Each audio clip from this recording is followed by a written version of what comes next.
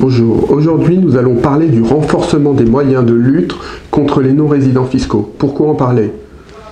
Le ministre Darmanin a fait une déclaration récemment pour dire que ça allait être un objectif important de l'administration fiscale. Alors on sait que l'administration fiscale a évolué au cours des dernières années. On a créé une direction générale des impôts des non-résidents pour pouvoir faire des contrôles.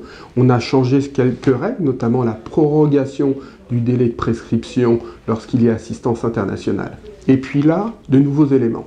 Nouveaux éléments, d'abord la loi de finances pour 2020 va permettre à l'État d'analyser en permanence les informations publiques qui sont sur les réseaux sociaux et de les croiser avec leurs informations. La CNIL a accepté et a donné son accord. Deuxième élément, on va croiser les informations de la sécurité sociale avec l'administration fiscale, car un des éléments primordiaux de la non-résidence ou de la résidence est le fait de pouvoir bénéficier de sécurité sociale en France. Le renforcement des moyens de l'administration fiscale a un but. Il vise les pays à risque. Quels sont les pays à risque aujourd'hui? On a le Portugal, l'Italie avec son forfait à 100 000 €, puis Israël qui a un régime particulier, celui qu'on appelle le régime de l'alien.